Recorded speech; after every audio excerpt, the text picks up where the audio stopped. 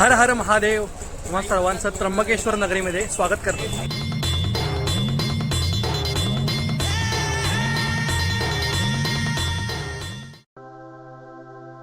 भगवान त्र्यंबकेश्वर महादेवांचं मंदिर नेमकं कुठं आहे हे मला वेगळं सांगण्याची गरज नाही, पण या त्र्यंबकेश्वरला नेमकं पोचायचं कसं आणि तिथं दर्शन घेण्याच्या पद्धती कोणत्या आहेत हे आपल्या या व्हिडिओमध्ये आपण जाणून घेणार आहोत. महाराष्ट्रातल्या नाशिक या शहरापासून अवघ्या 28 किलोमीटर अंतरावर असलेलं हे त्र्यंबकेश्वर गाठण्यासाठी आपल्याला महाराष्ट्र स्टेट ट्रान्सपोर्ट म्हणजेच MSRTCच्या बसने प्रवास करावा लागेल.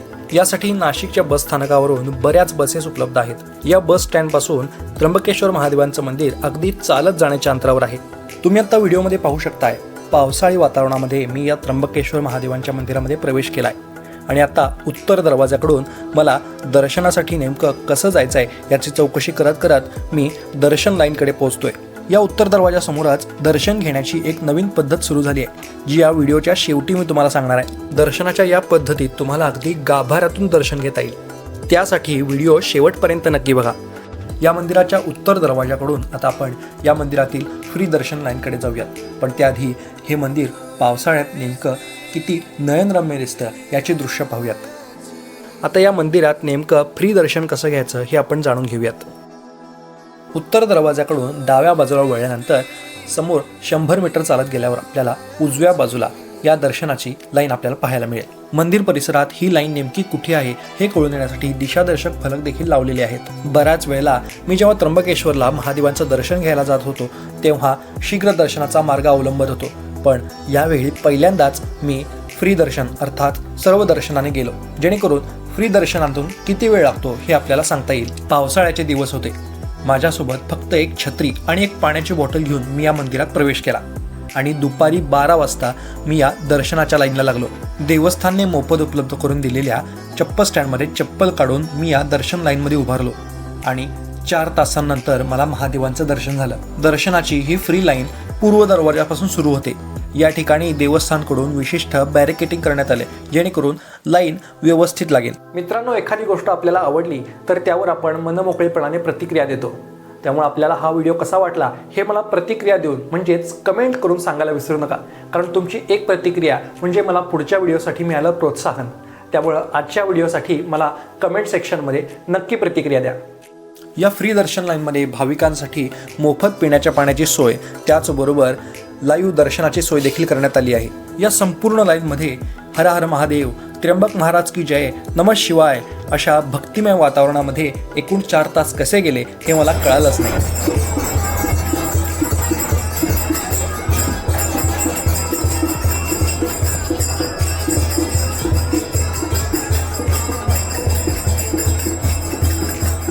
बघता बघता मी पूर्व दरवाजातून आतमध्ये शिरलो आणि ज्या ठिकाणी VIP दर्शन लाईन आणि मेन लाईन एकत्र होते त्याच पॉईंटवरचं शूट आत्ता तुम्हाला व्हिडिओमध्ये दिसत असेल.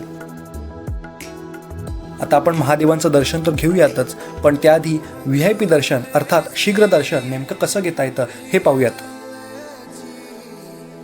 त्र्यंबकेश्वर भगवानांचं जर VIP दर्शन घ्यायचं असेल तर त्र्यंबकेश्वर मंदिरामध्ये VIP पास उपलब्ध आहे. यासाठी तुम्हाला ऑनलाईन प्री बुकिंग देखील करता येईल आणि त्याबरोबरच तुम्ही मंदिरात गेल्यानंतर तुम्हाला ऑफलाईन बुकिंग देखील करता येईल. हे VIP पासेस तुम्हाला जर ऑफलाईन घ्यायचे असतील तर मंदिराच्या उत्तर दरवाजासमोर VIP पासचे काउंटर्स उपलब्ध आहेत. त्या ठिकाणी तुम्ही कॅश देऊन सुद्धा तिकीट काढू शकता. त्याचबरोबर ऑनलाईन पेमेंट करून आपलं तिकीट तुम्ही काढू शकता. या शीघ्र दर्शनासाठी देवस्थानकडून एक वेगळी दर्शन लाईन उपलब्ध करून देण्यात आली आहे.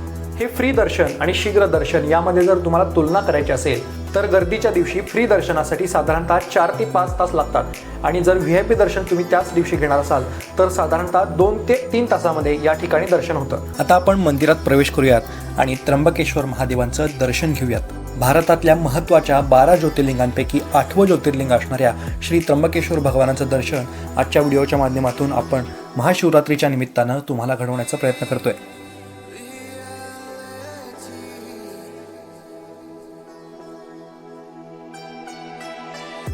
या ज्योतिर्लिंगामध्ये आपल्याला ब्रह्मा, विष्णू, महेश आणि गोदावरी देवी यांचं एकत्रित दर्शन होतं.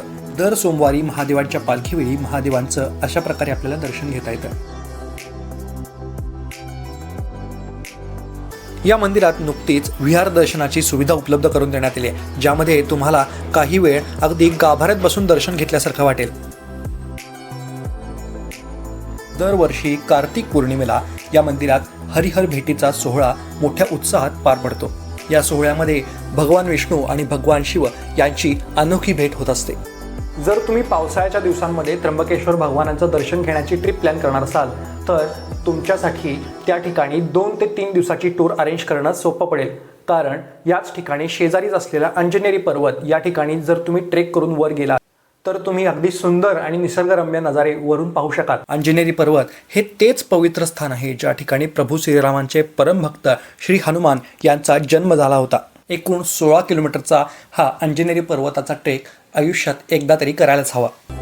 त्याचबरोबर या त्र्यंबकेश्वर मंदिरानजीकच ब्रह्मगिरी पर्वत आहे, ज्या ठिकाणी गोदावरी नदीचा उगम आहे। या ठिकाणी सुद्धा ट्रेक करून तुम्ही वर जाऊ शकता आणि गोदावरी नदीचं उगमस्थान पाहू शकता।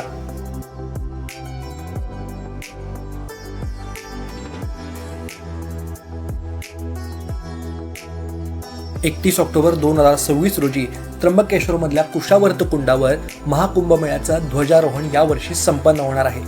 मित्रांनो, हा होता आजचा त्र्यंबकेश्वर भगवानांचं दर्शन घडवणारा व्हिडिओ। हा व्हिडिओ तुम्हाला नेमका कसा वाटला हे मला कमेंट सेक्शनमध्ये सांगायला विसरू नका। आणि असेच नवनवीन ट्रॅव्हल व्हिडिओज, मंदिरांच्या भेटी जर तुम्हाला पाहायला आवडत असतील तर आपल्या चॅनलवर नियमित व्हिडिओज येत असतात, त्यामुळे आपल्या चॅनलला सबस्क्राईब करायला विसरू नका। भेटूयात पुढच्या व्हिडिओमध्ये, तोपर्यंत नमस्कार।